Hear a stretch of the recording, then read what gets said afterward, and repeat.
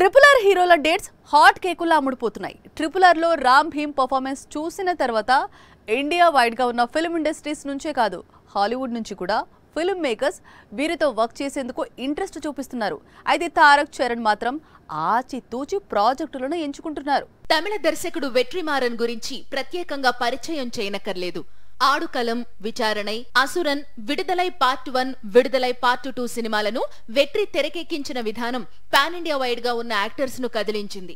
ఒక్కసారైనా సరే వెట్రి దర్శకత్వంలో నటించాలనే కోరిక కలిగింది. కానీ వెట్రిమారన్ ఎప్పుడూ స్టార్స్ ను దృష్టిలో పెట్టుకుని కథను రాయడు. తాను రాసుకున్న కథలోకి హీరోలను తీసుకొస్తాడు. అయితే వెట్రిమారన్ చూపు ఇప్పుడు ట్రిపుల్ ఆర్ హీరోలపై పడింది. వీరితో వర్క్ చేయాలనే ఇంట్రెస్ట్ తో ఉన్నాడని సమాచారం. గత ఏడాది తారక్ కోసం వెట్రిమారన్ ఒక కథను రాస్తున్నట్లు ప్రచారం సాగింది. ఇప్పుడు రామ్ చరణ్ తో వెట్రి కథా చర్చలు జరుపుతున్నాడని టాక్ వినిపిస్తోంది. ఇటు తారక్ అయినా అటు చరణ్ అయినా వెట్రిమారన్ మూవీ ఫిక్స్ అయితే మాత్రం టాలీవుడ్ కు అంతకంటే స్పెషల్ మూవీ మరొకటి ఉండదు. స్టార్స్ లోని యాక్టర్స్ ను బయటకు తీసుకొచ్చే అరుదైన డైరెక్టర్ వెట్రిమారన్.